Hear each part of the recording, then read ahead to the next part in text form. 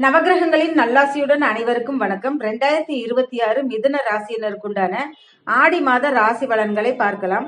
ஆடி மாதத்தில் கிரக பெயர்ச்சிகள். ஆடி மாதம் 16ஆம் நாள் சுக்கிரன் பெயர்ச்சியாகி 1/8/26 சிம்ம ராசியிலிருந்து கன்னி ராசிக்கு பெயர்ச்சியாகிறார். ஆடி மாதம் 17ஆம் நாள் செவ்வாய் பெயர்ச்சியாகி 2/8/26 ரிஷப ராசியிலிருந்து மிதுன ராசிக்கு பெயர்ச்சியாகிறார்.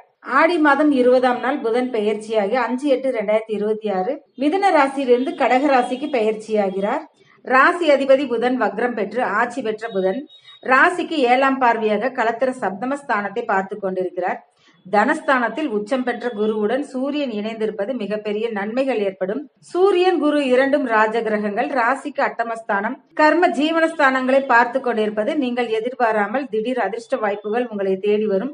ரொம்ப நாளா தள்ளி போயிருந்த காரியம் எல்லாம் திடீர்னு நடந்து முடியும். தைரியம் தன்னம்பிக்கை கூடும். தொழில் வியாபாரத்தில் நல்ல வளர்ச்சி உண்டாகும். திருமணம் சம்பந்தமான பேச்சுவார்த்தை இனிதே முடியும். சிலருக்கு புதிய வேலை வாய்ப்புகள் கிடைக்கும். தந்தை வழி உறவுகள் மூலம் அனுகூலம் உண்டாகும். பொருள் வரவும் தன லாபமும் அதிகரிக்கும். திடீர் அதிர்ஷ்டம் சிலருக்கு உண்டாகும். கூட்டு தொழிலில் நல்ல லாபங்கள் வரும். பதவி உயர்வு வேலை மாற்றம் சிலருக்கு ஏற்படும். பூர்வீக சொத்தில் இருந்து வர வேண்டிய பணம் கைக்கு வரும். தொழில் முன்னேற்றம் ஏற்படும். வாழ்க்கை துணையால் மகிழ்ச்சி உண்டாகும். எதிலும் வெற்றி பெறுவீர்கள். திருமண பேச்சுவார்த்தை சுபமாக முடியும். குடும்ப ஒற்றுமை சந்தோஷத்தை தரும்.